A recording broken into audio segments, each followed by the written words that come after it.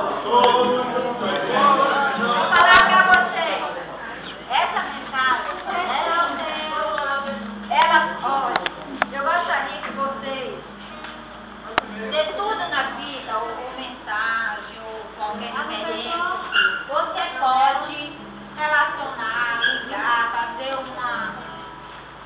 uma ligação para o que você no momento está idealizando.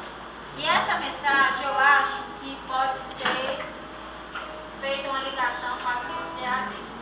Por que o curso de AD?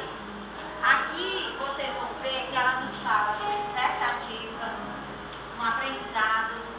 Quando a gente vai começar um curso de AD, a gente não tem expectativa, vai ser bom, não vai, só aprender, será que é igual ao curso presencial, né? Aí depois vem o aprendizado, depois vem a confiança.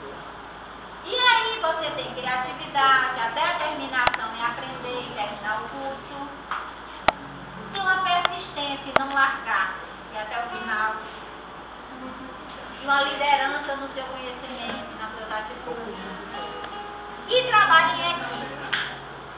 Depois vem a autonomia, porque você tem que saber, você tem que estudar, você tem que ter os seus horários, você tem que resolver vencer.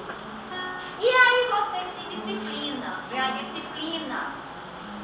E você se motiva a proteger a harmonia e no final do curso em AD a superação. Vamos assistir, vocês vão ver como é isso.